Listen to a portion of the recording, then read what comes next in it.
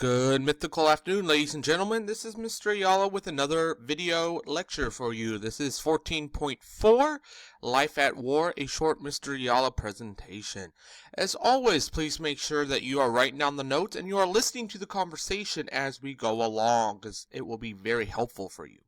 So, during the Civil War, there's quite a few things that are going on. First thing is there's a lot of disagreement about the war. There are a lot of draft laws that made many people upset. And these laws are laws that force people to be conscripted into the military. And if you're a brand new immigrant, if you are extremely poor in the South, this didn't feel fair to you.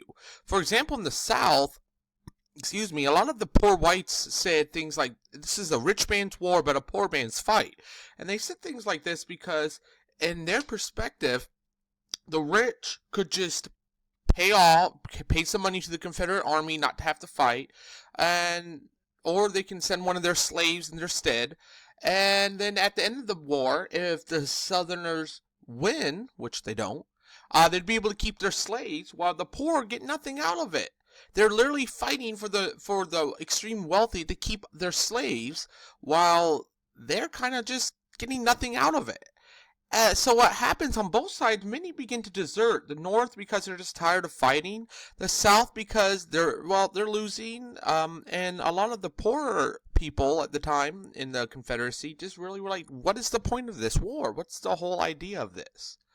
So there's a lot of protests and riots against the Civil War as it dragged on further and further and further.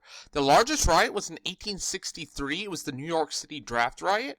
And what ended up happening is all these immigrants were coming over because of the pull factor of all those factories. And as they came over, they were beginning to be conscripted in the war. And they're like, hey, we just got here. What is happening? And why are you focusing on the poor and the new immigrants instead of the native-born Americans or the wealthy? Why aren't they being drafted? So what happens is Lincoln decides to suppress the right of habeas corpus, or the right of the citizen to know why he or she was arrested or detained. Because he's like, we got to stop this dissent. Because if we allow it to continue, it could really hurt the war effort. Some people praised him for this. Others thought that this was a horrible idea. And then the economy, what ended up happening is the North institutes an income tax. And this income tax gave money that was needed to pay for the war. And we ended up with this brand new type of currency known as a greenback. So the money that we have in our pocket, our paper money in modern times, is the exact same style paper money they had then. And what this does is allows currency across the whole Union to be used, the exact same currency, to be used across the whole Union. And the problem when you use paper money, though, is that if you print too much, you end up with inflation. Your purchasing power for that